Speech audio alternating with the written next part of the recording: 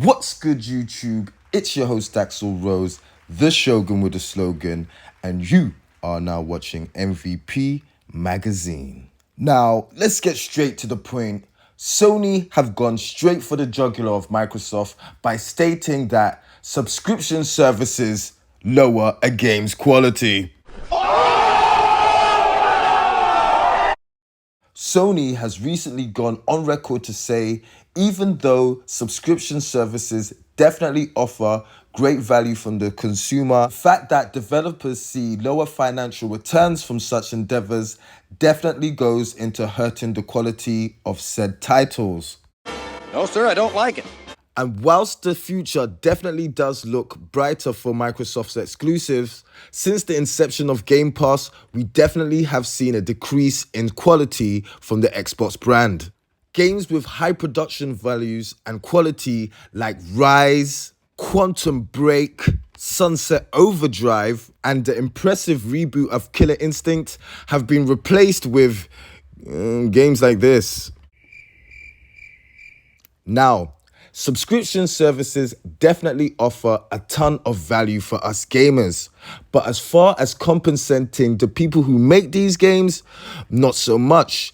And if you know you're not going to make that much money from a product you're going to put out, you're not going to put that much effort into it.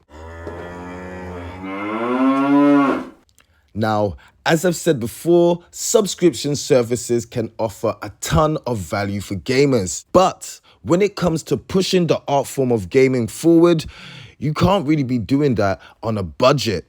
And as far as gaming, it's very interesting and great to see that both Sony and Nintendo have stuck to the tried, true, tested, traditional way. Wow, 4 T's. That was quite impressive. Traditional way of bringing full-priced AAA experiences to their consoles. Now, with all the recent acquisitions Microsoft have made buying big studios, it's really going to be interesting to see how they can subsidize and keep all of them open whilst, having that subscription. Games like Starfield promise to still be huge AAA experiences, but that game was in development before the company was acquired by Microsoft. And we all know what happens when companies like Bethesda start to cut corners. I tracked Kenji's daughter to a synth refuge up north, near Far Harbor.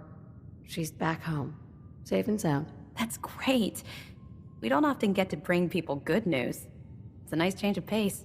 Thanks for coming in for this one. Now, even though Microsoft have definitely made an effort to get their act together as far as bringing more AAA games to the Xbox brand, well, announcing them anyway, we still haven't seen anything yet. Sony definitely has a point. And if Microsoft does eventually get their act together, it will be really interesting to see how they will counter. Now, do I expect exclusive games from Sony day in, date? Nah, that's not going to happen. It doesn't really make more sense because they need to get their money back from everything they invest into making huge new titles like, Returnal, like the reboot of Demon's Souls, and like tons of other titles that they're bringing to PlayStation 5. So, yep, it's going to be interesting to see what the future will hold. But in my opinion, Sony definitely have a point. Now, do you agree with Sony? Let me know what you think in the comments. And yeah, holla at your boy. Sayonara.